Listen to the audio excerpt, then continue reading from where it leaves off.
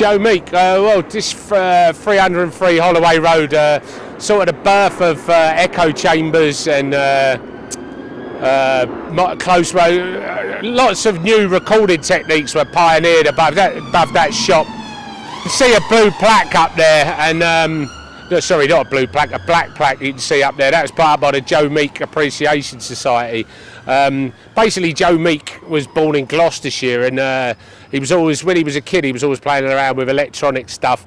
Cut a long story short, he came here, he worked for studios in London in the 50s, but recording studios in London in the 50s were nothing like they are now. Everyone had to wear suit and tie, and you had to wear a lab coat like you were a lab technician or something. In Abbey Road, apparently, the famous studio where the Beatles made all their records, you could wear a sports coat on Saturday, and that was dressed down, you know. So, and they had all the microphones in the same place, all the dials are on the same thing, and he played around with it basically. He close mic'd instruments, which is standard now. Used echo and delay, which is standard now, but at the time it annoyed everyone. So he kept losing jobs because he was fighting with people all the time. He recorded an album called I Hear a New World in his flat, not before he moved here, with a band from Acton, and you can still hear that on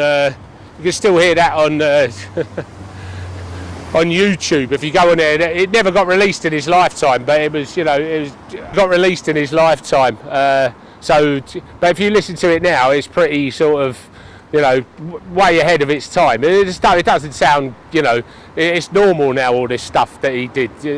He invented the echo chamber and the close micing. Still a load of his techniques are used now. In that house you're looking at now, the first floor, it was a leather shop. The downstairs was a leather shop. She owned the whole place. He lived on the first floor. He had a studio, built a studio with egg boxes on the walls and all that sort of stuff on the second floor, and some of the bands used to live on the top floor. We had the first British #1 in America, Telstar, that was recorded on the second floor there. Sold 5 million copies all over the world, and you still hear it on the radio now. But he got involved with a dispute. Some French composer said he robbed it off of him, so he never actually got any money out of it. In the end, his landlady was going to sell the place. No one's quite sure what happened, but she went upstairs to have a chat with him. He shot her, and then he shot himself. And then about 2-3 weeks later, the royalties came through from Telstar. He was in financial difficulties, and that's why she was calling him up and having a chat with him.